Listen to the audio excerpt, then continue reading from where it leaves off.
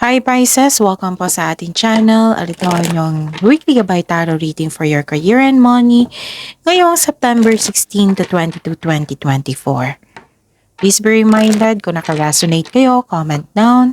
Kung hindi kayo naka-resonate, ibigay niyo po sa iba kasi general reading po ito. This is for you Pisces ngayong September 16 to 22, 2024.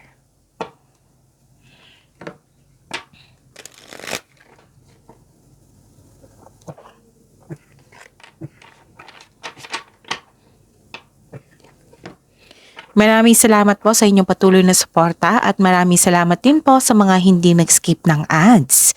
Gamitin ang reading na ito bilang gabay lamang. Sa mga hindi pa nag-subscribe, subscribe na po kayo at click bell notification para malaman nyo na may bago tayong video. Maraming salamat po.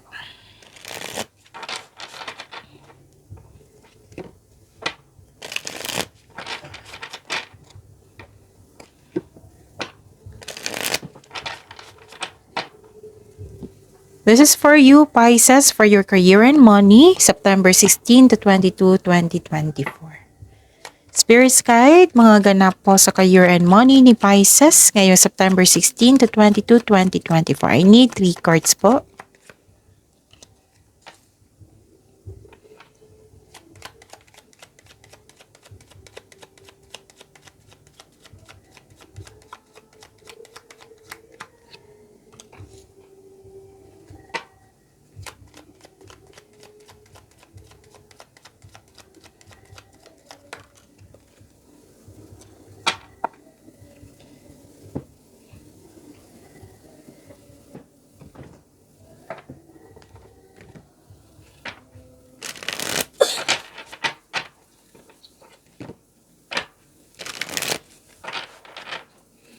Spirit's Guide, message po sa career and money ni Pisces ngayong September 16 to 22, 2024. I need 2 cards po.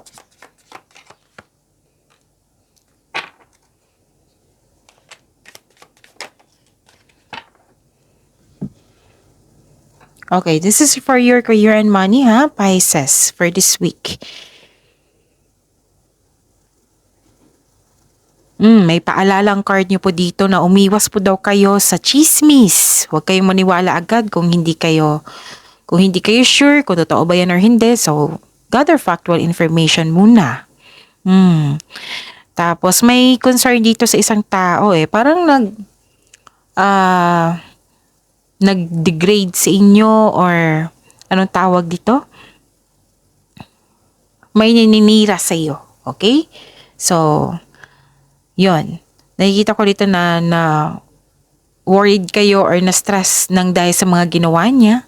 Pwedeng nagkaroon kayo ng loss of connection nang dahil sa mga ginawa niya. Ingatan din ang kaperahan. So, balance your money. Huwag mag-overspend sa trabaho.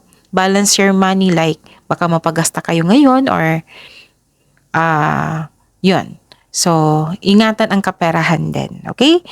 Tapos, makikita ko dito na may dumating na opportunities na kailangan yung bigyan ng konkretong plano para makagawa kayo ng best decision. Kailangan yung pumili dito.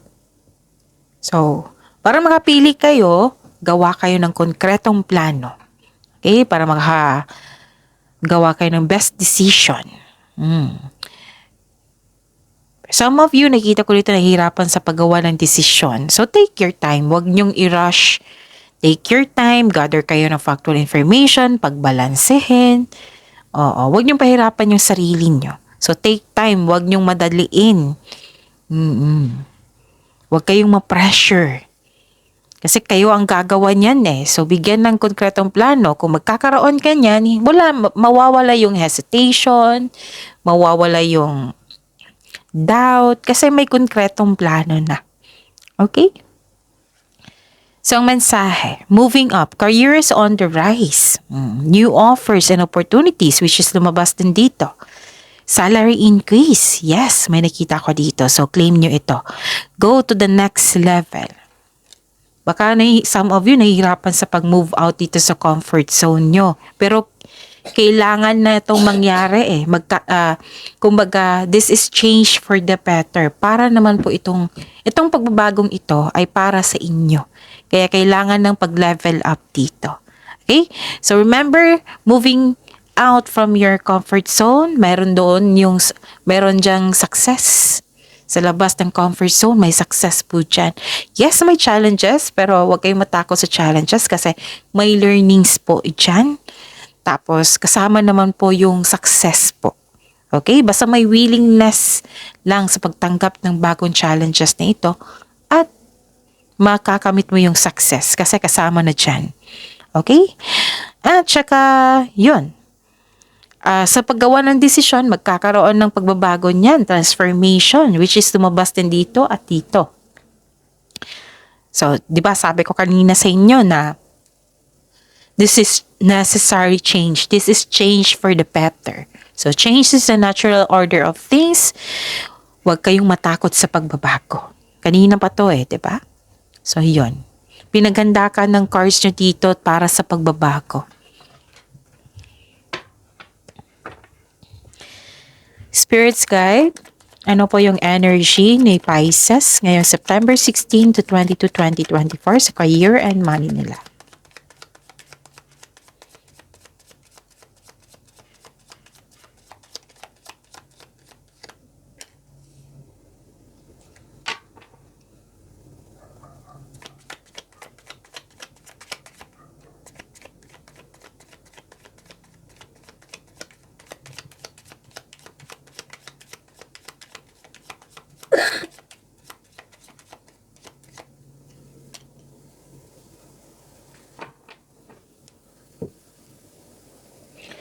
Please be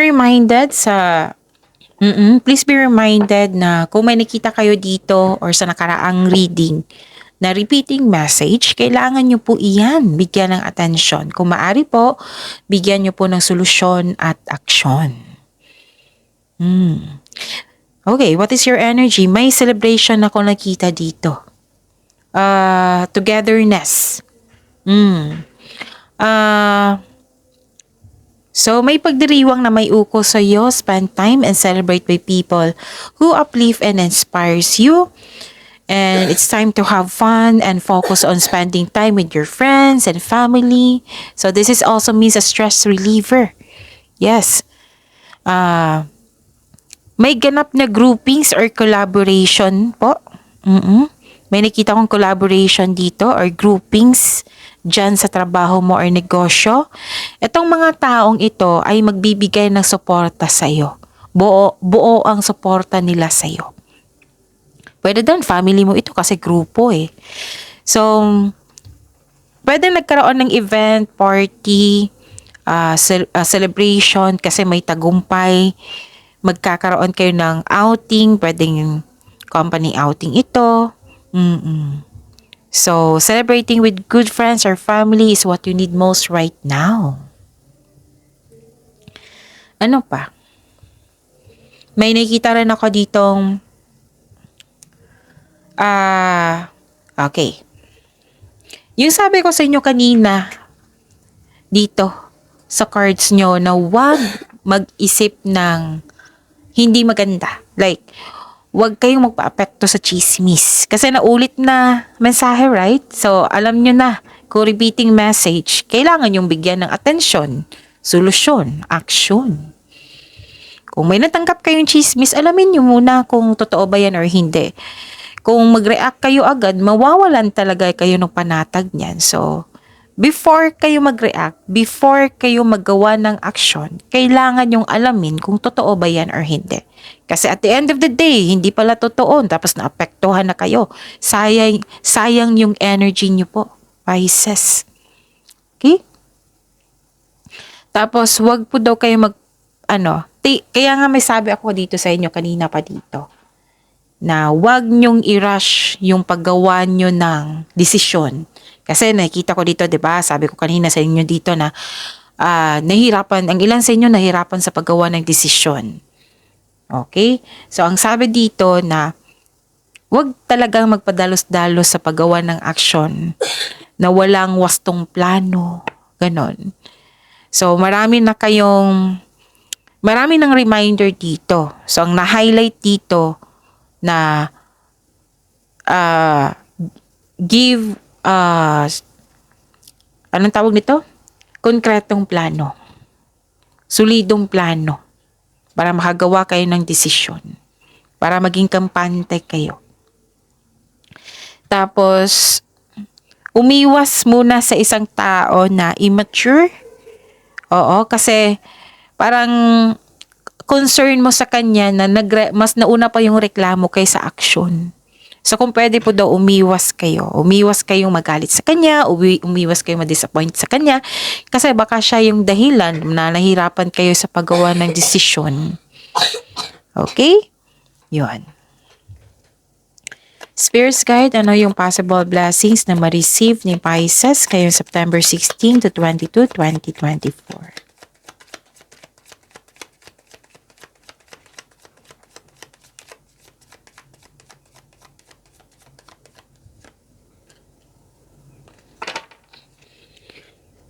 And the clarification po,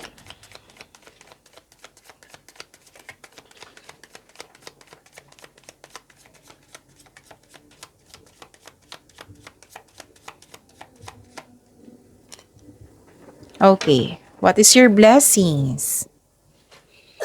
Okay. Be confident. May paalalang card niyo po dito. Be confident. Be confident kasi marami kayong gagawin ngayon for this week. Okay? Kailangan mong mag-focus. Kailangan ng concentration po dito. Kasi nga, after nitong decision, marami kayong gagawin. Okay? Tapos umiwas sa argument or away. Kasi lumabas din dito. 1 and 2.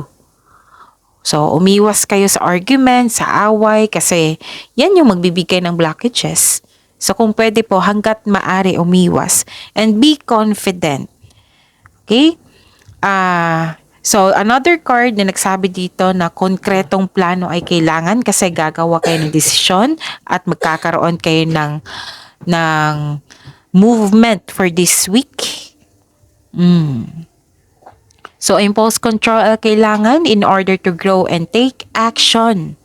Okay? Take action in a positive direction. Tapos, wag kayong, okay, iwasan ng mabilisang desisyon, iwasan yung mabilisang aksyon, pag-isipan ng mabuti para walang pagsisisi. Okay? Ang sabi kasi ng card nyo dito, to achieve a success in career and money, kailangan po ng focus, confidence. Kaya pinupush kayo kanina pa ng cards nyo. Be confident, Pisces. Comes with determination and clear intention. Konkretong plano pa rin yung pinupush dito para magtagumpay ang inyong career and money. So you have to be confident, ha? Focus and the concentration ay kailangan po. Tapos umiwas kayo sa toxicity, yung away, yung naninira sa inyo. Kung pwede po, ipag-pray nyo na lang siya. Wag kayong kung pwede, wag nyo na lang siyang anong tawag dito? I-confront. Kasi nakita ko kung i-confront mo, mag-aaway kayo. So give time, i-pray mo instead na magalit. Okay? Ano pa?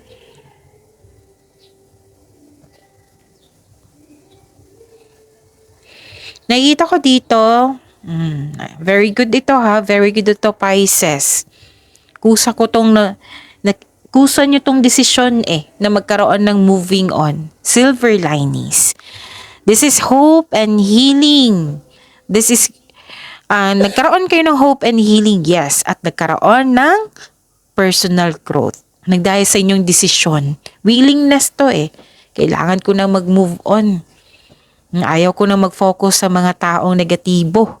Yung nagbibigay ng toxicity sa akin. Yung mga nangyari. So, kailangan ko mag-move on. Ganun. Mismo kayo ang nag-decide dito. Kayo ang nag-decide. Kaya nga, may willingness, right? May willingness, tapos nag-follow yung hope, nag-follow yung healing, nag-follow yung after nito, nagkaroon ng growth, personal growth, development sa inyong sarili. Naka-move on ka na sa lahat ng unos na nagdaan. Tanggap mo na ang mga nangyari. Pinatawad mo na yung sitwasyon, sila, at higit sa lahat, ang iyong sarili. Kaya nga nagkaroon ng personal development. Kaya nga humahanga ko kasi you are willing to move forward. Nagkaroon ng silver linings. Ang ganda. So, ang ganda ng blessings, right? Opportunities, celebration, tagumpay yan, transformation, pag-level up mo, pag-move out sa comfort zone, hope and healing, ang ganda ng blessing na yan, at personal growth. So, instead na mag-focus kayo sa mga negativity, dito, instead na mag-alit kayo, dito na lang kayo sa blessings na binigay sa inyo, pagyamanin nyo. Okay? Spirits guide. Challenges na ma-overcome po ni Pisces sa career and money nila September 16 to 22, 2024. Dalawa na ito, so kunin ko na.